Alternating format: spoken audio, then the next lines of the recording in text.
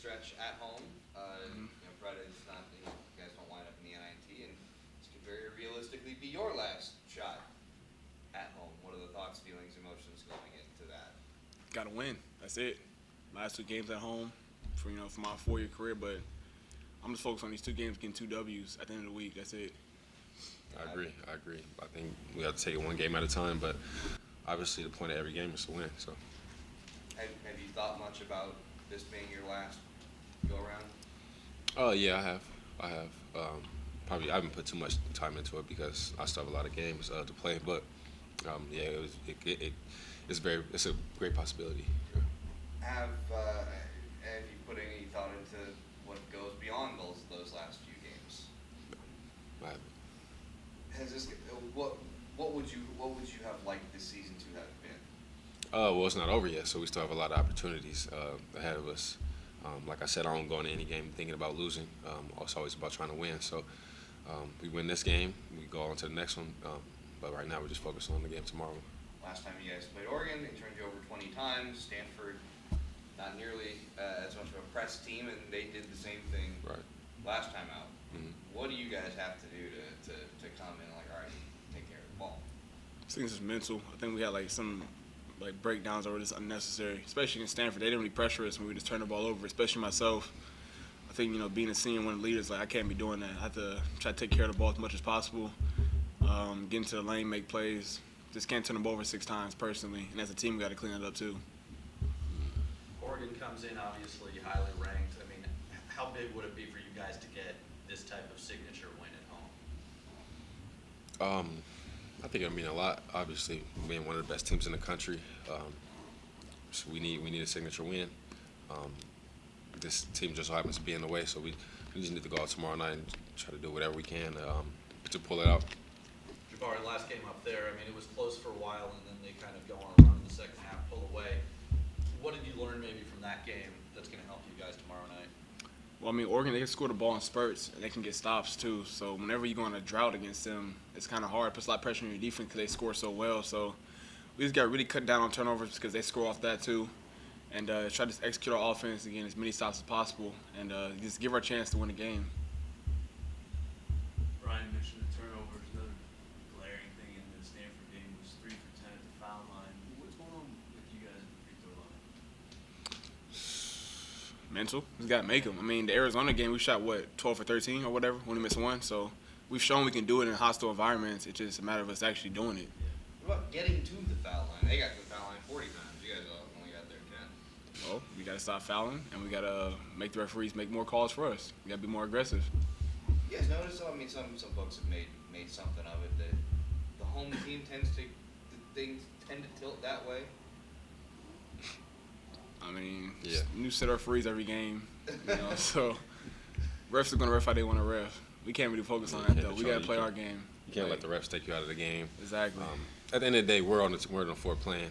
They obviously they have more power than us on the court, but at the end of the day, like you said, we have to stop fouling, stop putting ourselves in those positions, and also get to the free throw line, drive the basketball. The thing that you seem to have battled all year is being able to get started and be aggressive early on. Then late, you'll kind of turn it on a little bit. What's the ideal for you? How do you get that engine going early? How can you? I don't know.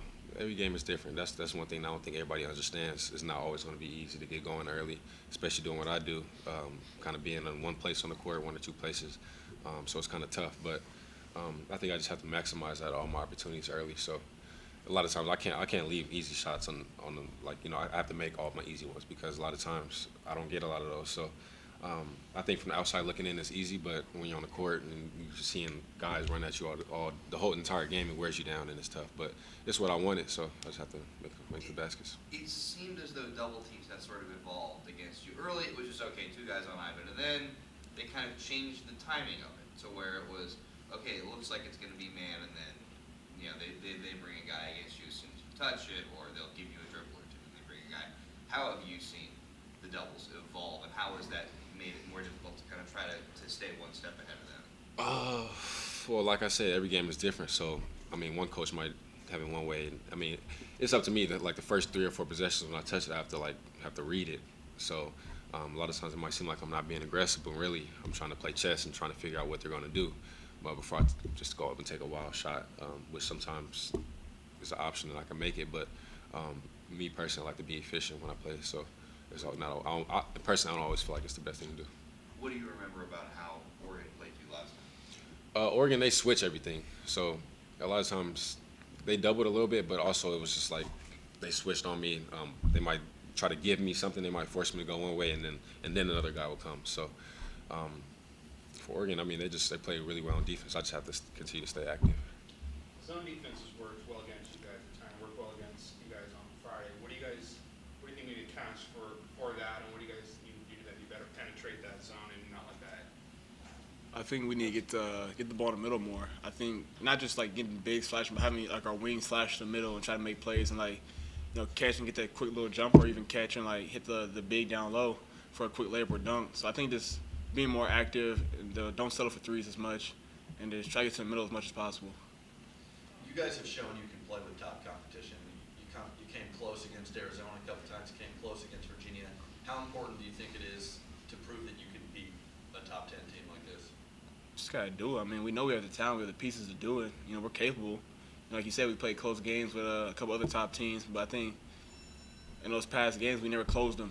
We'll be there the whole entire game. We just didn't close them out. So I think if the situation is tomorrow night is a close game, we gotta be able to finish it.